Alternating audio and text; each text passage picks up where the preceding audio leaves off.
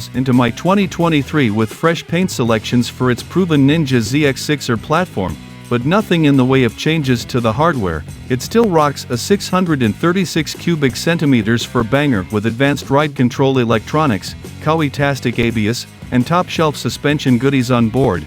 The factory put this model together for use on both street and track with a full set of accessories no matter which path you take. Power for the Ninja ZX6R comes from a transverse mount inline-4 engine with water cooling for the thermal stability and emissions control it brings to the table, boring stroke measure at 67mm and 45.1mm respectively, and that gives it a total displacement of 636 cubic centimeters with a sizzling hot 12.9:1 compression ratio that will demand the high-octane juice.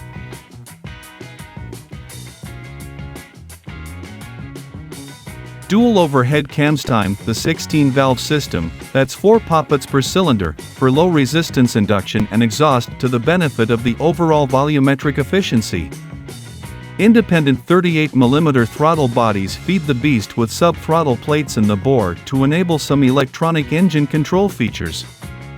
The Ninja ZX6R produces 127 horsepower and 52.1 pound-feet of torque. Lightweight pistons, wrist pins and con rods keep reciprocating weight inside the engine down. This makes for quick revs in response to throttle inputs. Power flows through a slip and assist clutch and 6-speed, cassette-type transmission with Kawi's own quick shifter feature that lets you bang your way up the range without touching the clutch or even rolling off the throttle. It's only for upshift though, you'll have to go back down range the old-fashioned way. The unofficial Ninja ZX6R top speed is 164 miles per hour. It's way too fast to go wide frickin' open on the street, but it's just dandy on the track. As for electronics, Kawi sticks to its proprietary equipment. In-house dual power modes and traction control features come with the starting equipment package.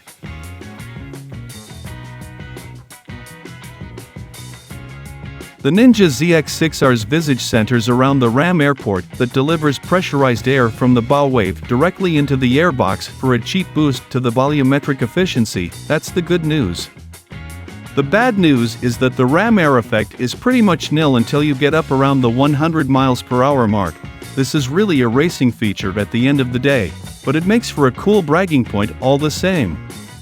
The ZX6R borrows from its 10R big brother for much of its design for a look that's all Kawi. A vented spoiler fender leads the way and sets the tone for the low drag penetration that dictates the rest of the build. The RAM port shares the front end with dual LED headlight housings.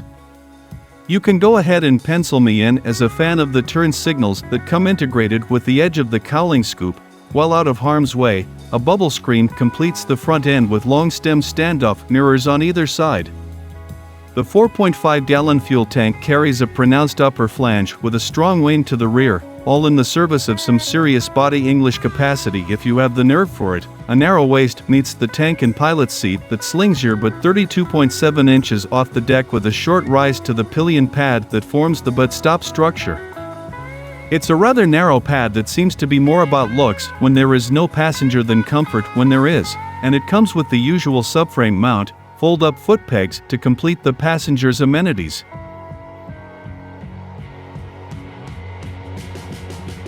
Aluminum was the material of choice for the perimeter-type frame on the Ninja ZX6R that hangs the engine as a stressed member. The subframe is a two-piece, cast aluminum structure built for lightweight rigidity with a beefy, yoke-style, gull-wing swing arm to complete the standing structure.